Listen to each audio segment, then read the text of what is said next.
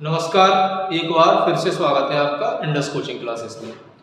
जैसा कि बेटा हम लोग पिछली क्लास में तय कर चुके हैं कि अब हम लोग एक महीने तक पढ़ेंगे स्टैटिक जीके और आने वाले सभी एग्जाम के लिए जो स्टैटिक सबसे महत्वपूर्ण होगा वो डिस्कस करेंगे। केवल आप लोग क्लास तैयार करते जाना, एग्जाम में सवाल नहीं छूटेगा, इस बात की गारंटी है। तो आज हम लोग स्टैटिक जीके में अपनी क्लास सेकंड शुरुआत करते हैं। पहला ही टॉपिक हमने शुरू किया था जिसका नाम था बेटा सेंसस, या हम लोग इसे कहते हैं जनगणना।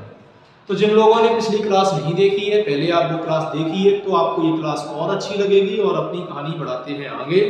स्टैटिक जीके थोड़ा सा कठिन लगेगा, लेकिन अगर सिलेक्शन लेना है तो आपको पढ़ना पड़ेगा, याद करना पड़ेगा और कंसेप्ट भी बनाने पड़ेंगे। बस उसमें मैं आपकी मदद करूँगा, ठीक है।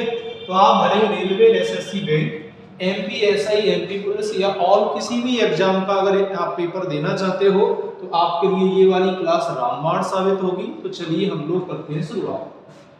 कल हम लोगों ने सबसे पहले देखा जनगणना या जनसंख्या क्या है, काफी डिस्कस किया। हम लोगों ने देखा कि जनगणना की आवश्यकता क्यों होती है, किसी भी देश का मैनेजमेंट या हम लोग कहेंगे संसाधनों को सुव्यवस्थित रूप से संचालन करना, प्रशासन करना या योजना बनाना, सब कुछ जनसंख्या पे निर्धारित है। इसीलिए किसी भी देश के डेवलपमेंट के लिए उसकी जनगणना और जनसंख्या अति आवश्यक है। फिर हम लोग आगे आए तो पता चला कि भैया जनगणना का इतिहास क्या है। कल हम लोगों ने देखा कि जनगणना सबसे पहले हमें चाणक्य की अर्थशास्त्र की जानकारी मिली, फिर अकबर की आईने अकबरी। दुनिया में पहली बार आधुनिक जनगणना स्वीडन ने 1749 में करवाई। अमेरिका नियमित रूप से 10 की जनगणना 1790 में कराता है। भारत भी अपनी पहली जनगणना 1872 में करा देता है और 1881 में नियमित जनगणना लॉर्ड रिपन के द्वारा कराई गई। फिर से नियम बना हर 10 साल में जनगणना होगी और आज तक, यानी हम बात कर रहे हैं 2024 तक, उसमें 16वीं जनगणना 2021 की होनी थी, परंतु कोरोना के कारण हुई नहीं। फाइनेंस मिनिस्टर निर्मला सीतारमण ने कहा है कि 2024 में कराई जाएगी, इसलिए आज तक भारत में केवल 15 जनगणना ही हुई हैं 2011 तक हुई। ठीक, हम लोग आगे आए। संविधान में जनगणना की बात क्या है, ये वाली बात भी हमने डिस्कस की, पढ़ चुके हैं। आर्टिकल 240 के अनुसार हम संविधान की अनुसूची 7 की संघ सूची में 69वां विषय है, अर्थात जनगणना कराने का अधिकार और नियम बनाने के अधिकार दोनों ही संसद अर्थात केंद्र सरकार को। हम लोग थोड़े से और आगे बढ़े तो पता चला registrar general and census commissioner कौन होता है। तो पता चला 1881 में लॉर्ड रिपन ने एक नियम बनाया था कि जनगणना कराने का सबसे बड़ा अधिकारी होगा, जिसे सेंसस कमिश्नर कहा जाएगा, जनगणना आयुक्त। और भारत में पहली बार अगर किसी को जनगणना आयुक्त बनाया तो वह 1881 में डब्ल्यू प्लाउडेन थे। उसके बाद पहले भारतीय जो जनगणना आयुक्त बने वो R.A. रंगास्वामी, जो 1951 के, 2011 के C. चंद्रमौली थे। 2021 के लिए हमने विवेक जोशी को बनाया, परंतु 2021 की जनगणना हुई नहीं, इसलिए अब उनकी जगह नए जनगणना आयुक्त आए हैं, मृत्युंजय कुमार नारायण, जो भारत के वर्तमान जनगणना आयुक्त हैं। ठीक है सर। फिर हम थोड़े आगे आए जनगणना विकास, यानी इससे पहले की बातें जो हमने पढ़ ली है, यहाँ से हम टॉपिक की शुरुआत करते हैं। अगर इससे पहले की क्लास किसी ने नहीं ली है तो जाइए आप इससे पहले की क्लास लीजिए, तब आपको ये वाली क्लास में आनंद भी आएगा, मजा भी आएगा। तो आप कोचिंग के टेलीग्राम चैनल से भी ज्वाइन कर सकते हैं या सीधे यूट्यूब पे जाके प्लेलिस्ट में आप स्टैटिक जीके में ये टॉपिक पढ़ सकते हैं। ठीक है। सवाल यह है जनगणना का विकास काल क्या है, जनगणना विकास कैसे हुई, तो थोड़ा समझो। हम लोग नियमित रूप से जनगणना 1881 में कर रहे हैं, उसके बाद हर 10 साल में हमने रिकॉर्ड बनाया। समझना बात को। तो पता चला कि भैया 1881 से लेके 1921 तक तो जनगणना कैसे कैसे बढ़ी है, धीमे धीमे बढ़ी है। तो गति कैसे मानी गई बेटा, धीमी गति। लेकिन 1921 से 51 तक जनगणना थोड़ी तेज हुई, इसलिए इस गति को मध्यम गति कहा गया। और 51 के बाद जनगणना का विस्फोट माना जाता है, और वो बात करते हैं 51 से लेकर बेटा कहाँ तक, तो हम लोग कहेंगे 1951 से लेकर 2011 तक की जनगणना में तीव्र विकास गति मानी गई। सर इतना समझ लीजिए, 1921 की जनगणना जो रही 10 की वृद्धि दर वो 0.-3 रही थी, और 1971 की रही 24.80। तो समझ सकते हो कहाँ 0 पॉइंट माइनस में, कहाँ 24%। हाल ही में 2011 में हम 17.7। तो कुल मिलाकर कहानी क्या हुई तो ध्यान से सुनना। तो हम लोग कहेंगे जनगणना विकास दर को लिखेंगे जनगणना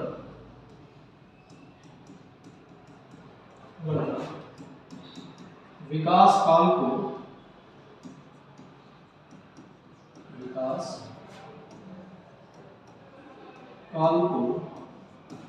3 भागों में बांटा। ये डेट आती है बेटा, भागों में बांटा जाता है। सबसे पहला भाग कौन सा है तो हम लोग कहेंगे सबसे पहले 1881 से लेकर 1981 का 21 का टाइम। तो लिखेंगे धीमी जनगणना विकास दर थी। दूसरा बेटा कौन सा है तो हम लोग कहेंगे 1921 से लेकर 1951। तो लिखोगे मध्यम जनगणना विकास दर थी। और उसके बाद बेटा अगर हम आए तो 1951 से लेके 1951 से बेटा 2011। तो लिखेंगे तीव्र जनगणना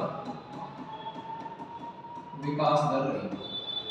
अब देखो बहुत सिंपल बात है, सवाल भी आते बताइए निम्न में से कब तक की जनगणना को तीव्र विकास दर माना गया, कब मध्यम माना गया और कब धीमी माना गया, ऐसे करके पूछेगा बताइए। सवाल 2 है जो आपसे बेहतरीन ढंग से पूछे जाएंगे, तो नोट डाल के लिख लीजिए। पहली बात तो जो है सबसे ज्यादा जनगणना विकास दर कब हुआ और सबसे कम कब हुआ। तो लिखेंगे सबसे ज्यादा जनगणना विकास दर, सबसे ज्यादा जनगणना विकास दर 1971 में रही। सर कितना 24.80%। कैसे तो 1961 की तुलना में जब हम 1971 की जनगणना कराते हैं तो इस समय क्या है तो पहले की तुलना में 24.80% लोग बढ़ जाते हैं। दूसरे नंबर पे 1981 रही 24.66। तो सर सबसे कम तो लिख लेंगे सबसे कम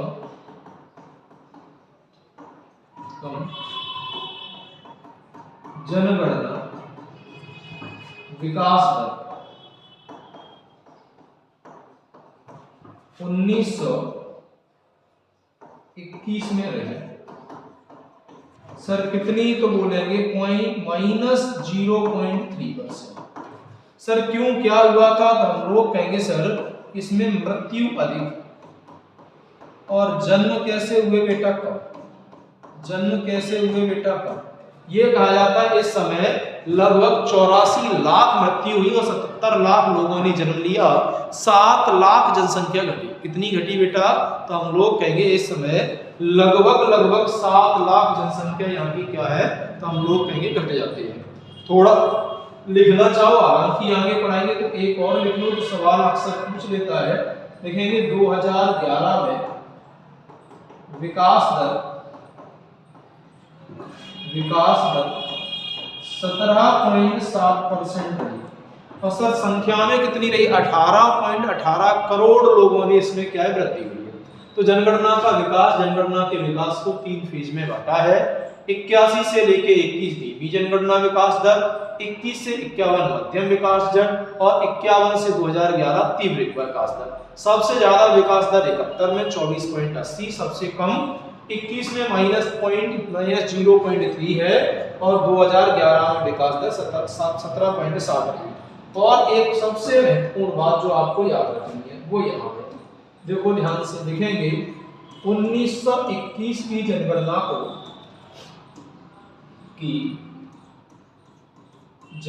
को महाविभाजक वर्ष कहते हैं, महाविभाजक वर्ष कहते हैं। सर क्यों कहते हैं क्योंकि इसके पहले भी प्लस में और इसके बाद भी प्लस में केवल 21 वाली कैसी रही बेटा, माइनस में। तो दोबारा सुनो, जनगणना विकास दर, जनगणना विकास काल को 3 भागों में बांटा जाता है। 81 से 21 लेके धीमी जनगणना, 21 to 51 मध्यम, 51 से 2000 तीव्र जनगणना विकास दर है। सबसे ज्यादा जनगणना विकास दर 1971 में रही 24.80, और अगर बात करें सबसे कम कहाँ रही तो हम कहेंगे 21 में -0.3। 2011 में कितनी रही तो बेटा हम लोग कहेंगे सर 17.7। इसी को दशकीय वृद्धि बोलते बेटा। 1921 की जनगणना को महाविभाजक वर्ष के नाम से भी जानते। अब आते हैं, चलो यहाँ से टॉपिक शुरू होता है अपना सेकंड वाला। यहाँ से ध्यान दोगे जिनने पिछली क्लास नहीं ली है वो 2011 की जनगणना, तो हेडिंग डालो बेटा 2011 की जनगणना। अब देखो पिछली क्लास में हम लोग डिस्कस कर चुके हैं, वही कहानी है सब। क्या सबसे पहली जनगणना कब करवाई 1872 में, फिर कब 81, बाकी बाद सर कब 91, और फिर कब भी हुई तो सर 1901, 1911, 1921, 31, 41, 51, 61, 71, 81, 91, 2001, 2011 और इसके बाद जाएंगे तो 2021। ऐसे ही है, ठीक है सर। सर 2021 को पढ़ नहीं सकते, क्यों? कोरोना के कारण हो नहीं पाई, 2025 में होगी तो भूल ही जाओ। तो ये बताओ आज तक भारत में कितनी हुई? कल भी कहा सर 1 2 3 4 5 6 7 8 9 10 11 12 13 14 15। 2011 की जनगणना भारत की कौन सी जनगणना है? 15वीं। लेकिन 1872 की नियमित नहीं मानते, इसे एक घटाओ तो 2011 की नियमित 14वीं जनगणना है। बेटा देश आजाद कब हुआ? 1947। तो जनगणना कब होगी इसके बाद? 1951। तो अगर यहां से गिने तो 1 2 3 4 5 6 7, तो हम इसके बारे में देखो 3-4 बातें कह सकते हैं। पहली बात, 2011 की जनगणना 15वीं जनगणना थी, परंतु 14वीं नियमित जनगणना। आजादी के बाद ये 7वीं जनगणना थी। और 21वीं सदी की बात करें तो 2001 और 2011 तो दूसरी है। इन पूरी बातों को पहले इकट्ठा लिख लेते हैं। आपसे कुछ भी पूछ ले आपको कैलकुलेशन करके बता, ठीक है बेटा? चलो थोड़ा सा लिखेंगे। 2011 की जनगणना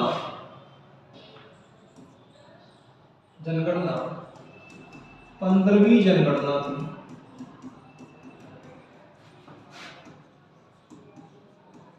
परंतु नियमित रूप से 14वीं। पहली बात लिखेंगे, यह आजादी के बाद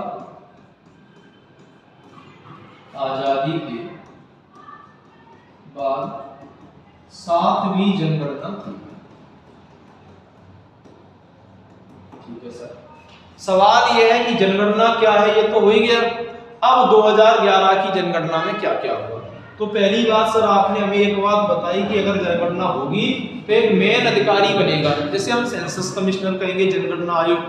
तो सर ये बताओ 2011 के जनगणना आयुक्त कौन? तो लिखेंगे 2011 में जनगणना आयुक्त, सेंसस कमिश्नर आयुक्त कौन थे? तो हम लोग कहेंगे सर सी चंद्रमौली। पढ़ चुके हो चंद्रमौली।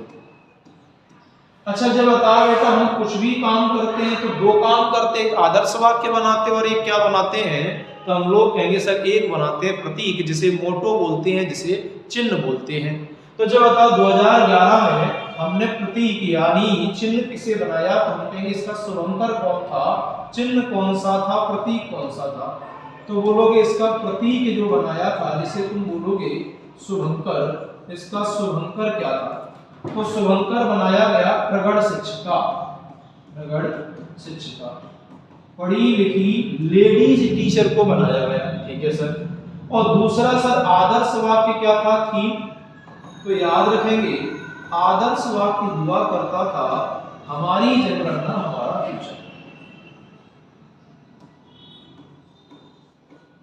हमारी जनगणना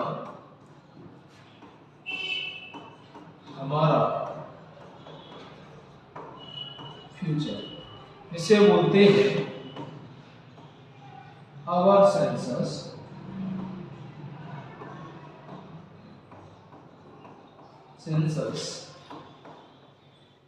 आवर फ्यूचर। ठीक है बेटा, तो दोबारा सुनो। 2011 की जनगणना भारत की 15वीं, नियमित रूप से 14वीं और आजादी के बाद 7वीं जनगणना है। सबसे खास बात यह 2011 में जनगणना आयुक्त श्री चक्रवर्ती थे। शुभंकर प्रगढ़ शिक्षिका को बनाया गया है, प्रगढ़ शिक्षिका।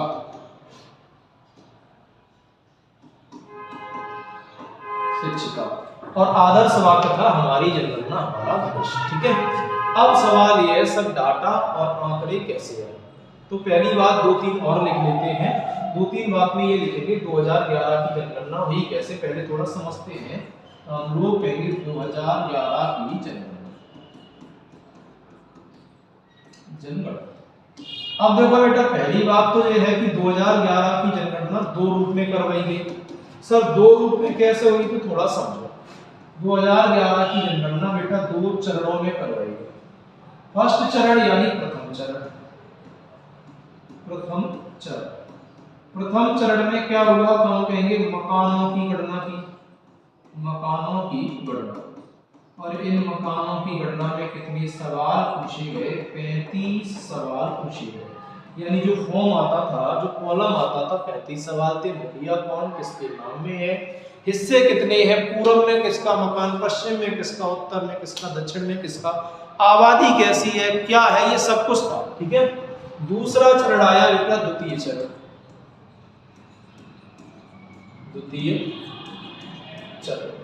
द्वितीय चरण में क्या हुआ, थोड़ा सा चेंज। तो द्वितीय चरण में लिखेंगे मानव की गणना। और इसमें कितने सवाल आए, तो बोलेंगे 29 सवाल। इसमें कितने सवाल पूछे गए, तो हम लोग कहेंगे सर इसमें 29 सवाल पूछे गए। ठीक है। सवाल यह है कि ये कॉलम कब से शुरू हुआ, यानी फॉर्म कब से हुआ। तो पहले अंग्रेज केवल काउंट करते थे और अपने हिसाब से क्लासिफाई। तो हम लोग ऐसे कह सकते हैं ये सवालों का जो कंसेप्ट है ये 1951 से शुरू हुआ। और 1951 में कितने सवाल पूछे गए थे, तो याद रखेंगे सब। ये थोड़ा ध्यान रखना, याद रखना। यहाँ कुछ बातें लिख देते हैं। फर्स्ट गणना किसकी होती है, पहली गणना कौन, तो हम लोग कहेंगे देश में हमेशा फर्स्ट सिटीजनशिप ऑफ इंडिया होता है, वो भारत का राष्ट्रपति होता है। और दूसरी गणना किसकी होती है बेटा, तो हम लोग कहेंगे सेकंड गणना। ये सेकंड गणना बेटा होती है उपराष्ट्रपति की। किसकी होती है, उपराष्ट्रपति की। चाहो तो ऐसा बनाओ और चाहो तो पॉइंट के रूप में लिख दो, हम बोल देते हैं। तो ऐसे भी लिख सकते हैं 2011 की जनगणना 2 चरणों में। नंबर 1 प्रथम जनगणना टेस्ट। तो लिखेंगे पहली जनगणना में, पहली वीडियो पुश करके लिख लेना है। पहली जनगणना में मकानों की गणना की गई और 35 सवाल पूछे गए। ठीक है, हो जाएगा यहाँ तक। दूसरा लिखेंगे द्वितीय जनगणना में या द्वितीय चरण में मानव की गणना की गई, 29 सवाल पूछे गए। अब डालोगे नोट, कितने बेटा, 29 सवाल पूछे गए, नोट डालोगे।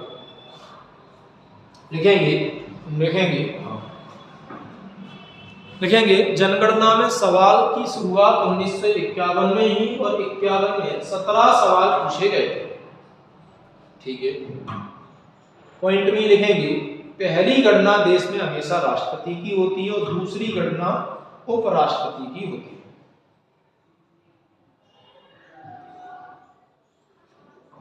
ठीक। अब बात करें जनगणना के आंकड़े।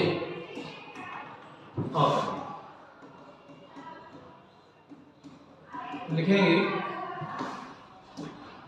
2011 की जनगणना के आंकड़े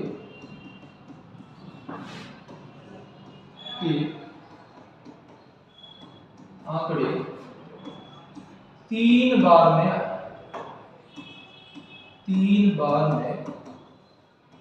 आए। आखिरी वाला पूछना है। पहला आंकड़ा इनने कब दिया, तो हम लोग कहेंगे सर 31 मार्च। पहला आंकड़ा इनने बेटा कब दिया, तो हम लोग कहेंगे 31 मार्च 2011।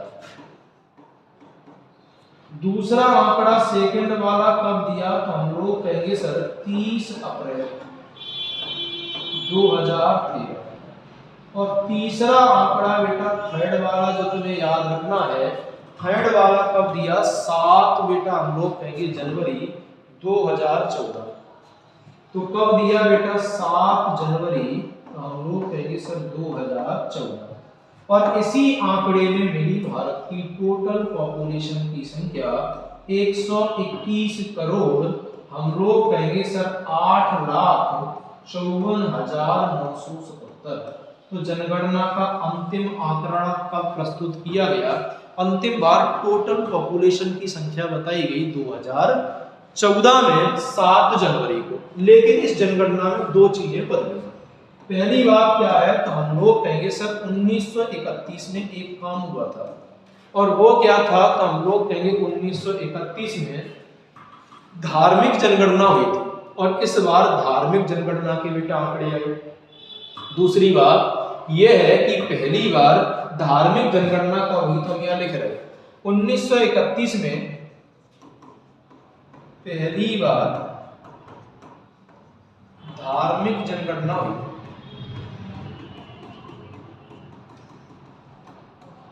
उसके बाद 2011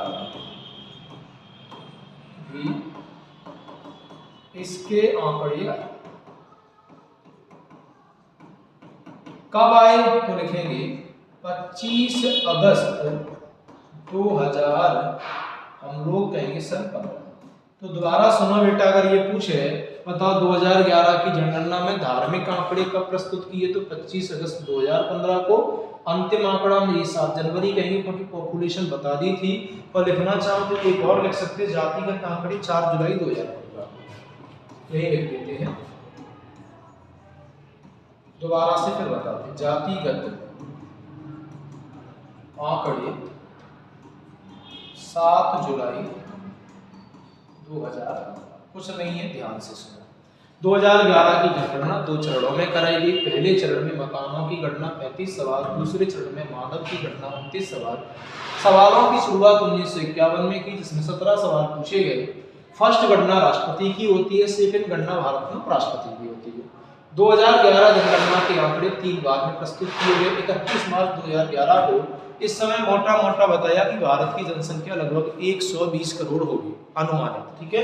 दूसरा सेकंड आंकड़े आए 30 अप्रैल 2013 को, और आखिरी आंकड़ा आता है 7 जनवरी 2014 को, जिसे हम लोग मानते हैं। तो हम किस आंकड़े को फॉलो करते हैं, तो बोलेंगे 7 जनवरी 2014। जब पूछता है तो लड़के को लगता है नहीं 11 वाला फॉलो करते होंगे, 11 की जनगणना है, लेकिन फॉलो कौन सा होता है बेटा, 2014।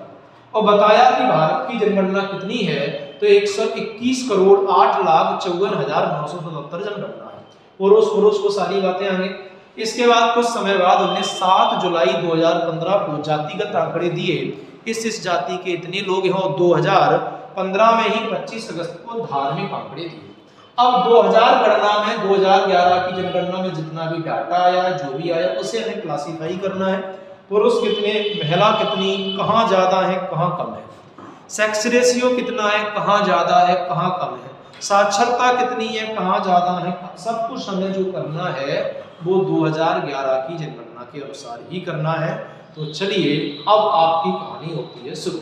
अब देखो डाटा के लिए हम 3-3 और 5-5 राज्य भी पढ़ाएंगे, तुम टेंशन मत लेना, हो जाए ठीक है। नहीं, हम जो नोट डलवाएंगे हर एक के लिए, वो नोट याद रखना 99.9% सवाल नहीं छूटेगा।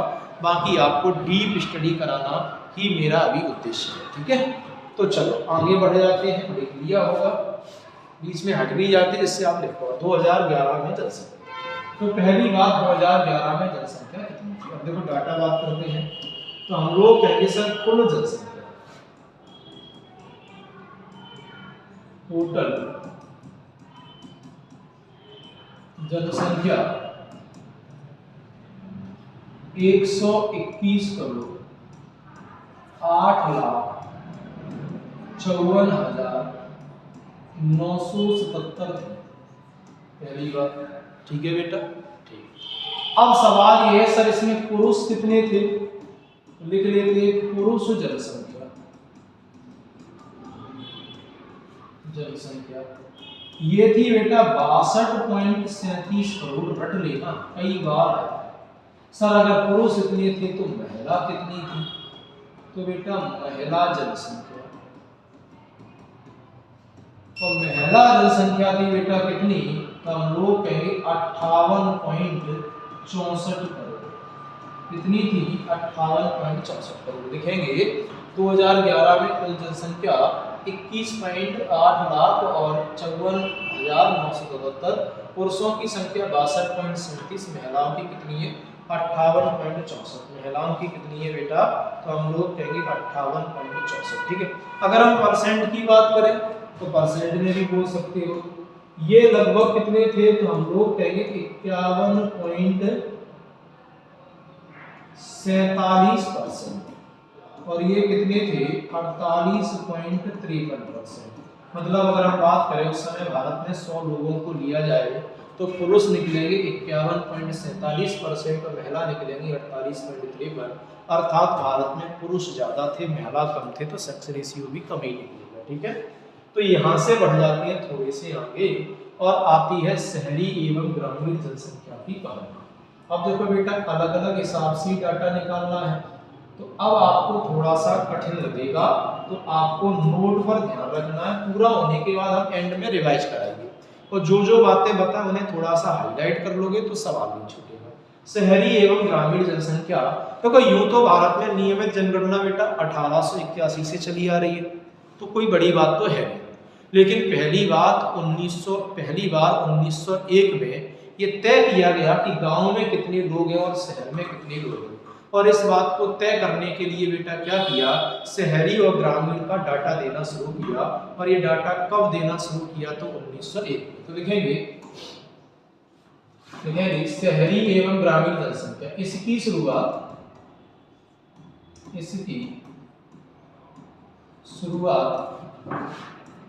1901 की जनगणना में हुई।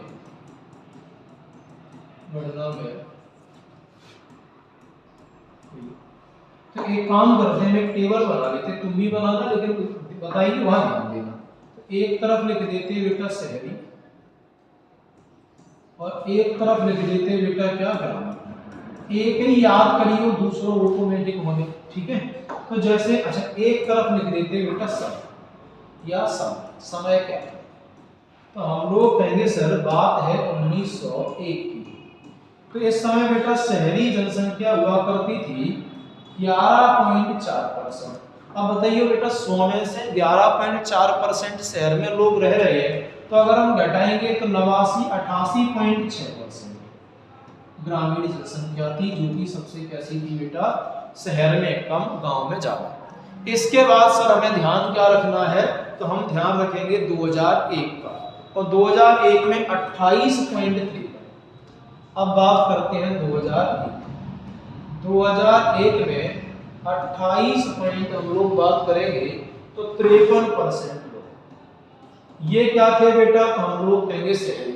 और अगर इतने शहरी थे तो 71 पॉइंट कुछ परसेंट लोग कैसे हो जाएंगे बेटा?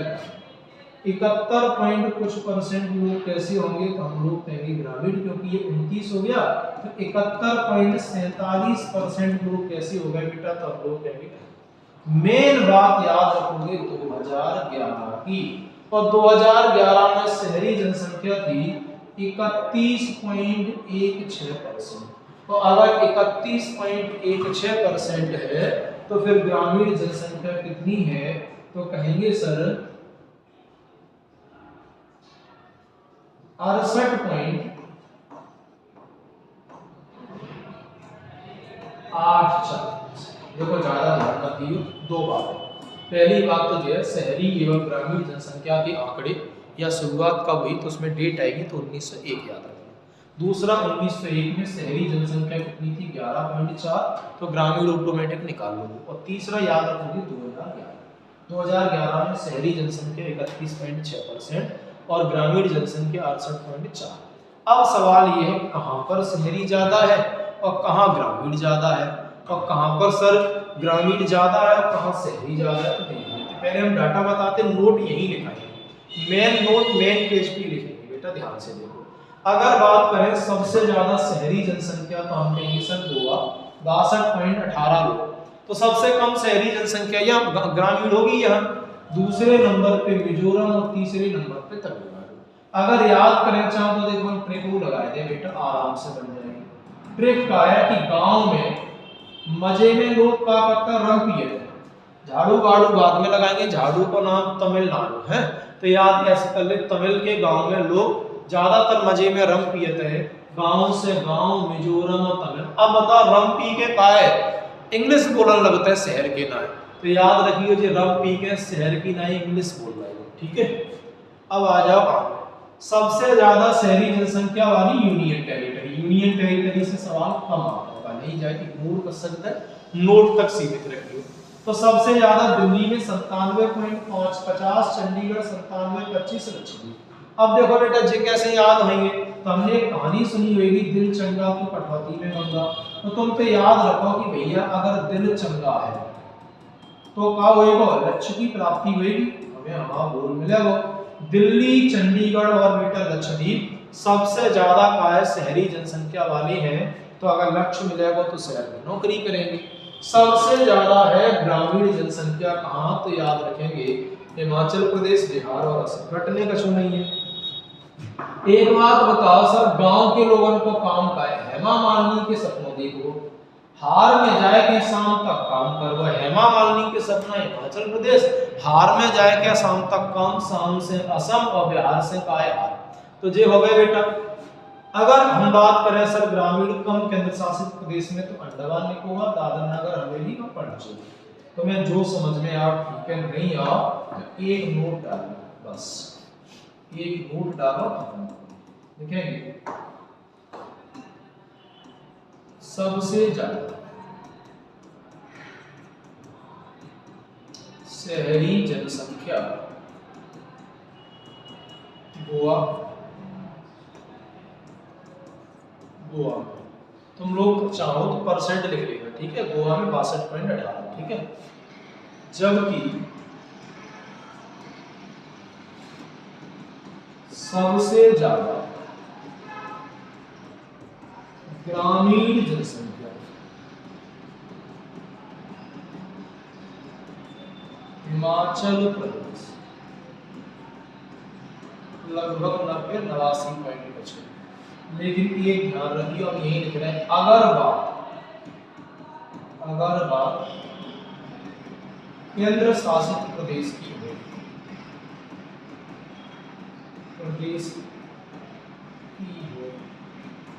तो शहरी दिल्ली में और ग्रामीण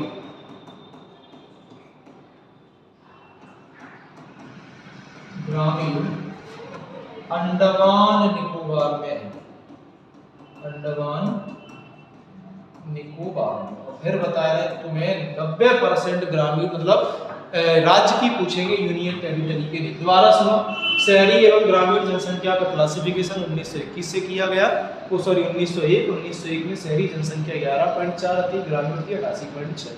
2011 में आई तो शहरी जनसंख्या 31.16% हो गई है, तो ग्रामीण हो गई है 68.84। सबसे ज्यादा शहरी जनसंख्या गोवा में है, सबसे ज्यादा ग्रामीण जनसंख्या हिमाचल। यहाँ शहर के ज्यादा है तो गांव के कम, या गांव के ज्यादा है तो शहर के कम, सीधी बात है। अगर बात केंद्र शासित प्रदेश की करें तो सबसे ज्यादा शहरी जनसंख्या दिल्ली और सबसे कम शहरी जनसंख्या कहाँ है, तो हम लोग कहेंगे सर ये है अंडमान निकोबार। जनसंख्या हो गई, डाटा ये है, स्क्रीनशॉट वगैरह ले सकते हो हैं। चलो ग्रामीण जनसंख्या वाले भी हो गए, ठीक है सर। अब हेडिंग डालेंगे जनसंख्या। जनसंख्या क्या है, तो हेडिंग डालोगे जनसंख्या, या ऐसे हेडिंग डालोगे जनसंख्या में राज्य।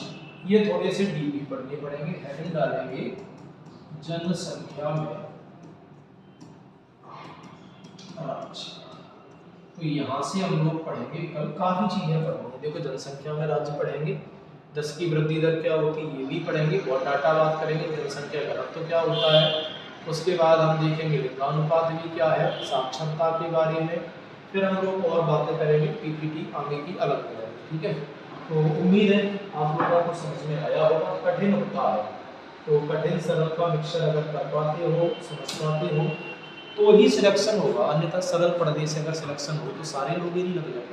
बस ये भरोसा रखो, आप एक महीने स्टैटिक बढ़िया बेहतर ढंग से पढ़ना, आप औरों की तुलना में बहुत आगे हो। ठीक है, तो मिलते हैं कल की क्लास में। जय हिंद।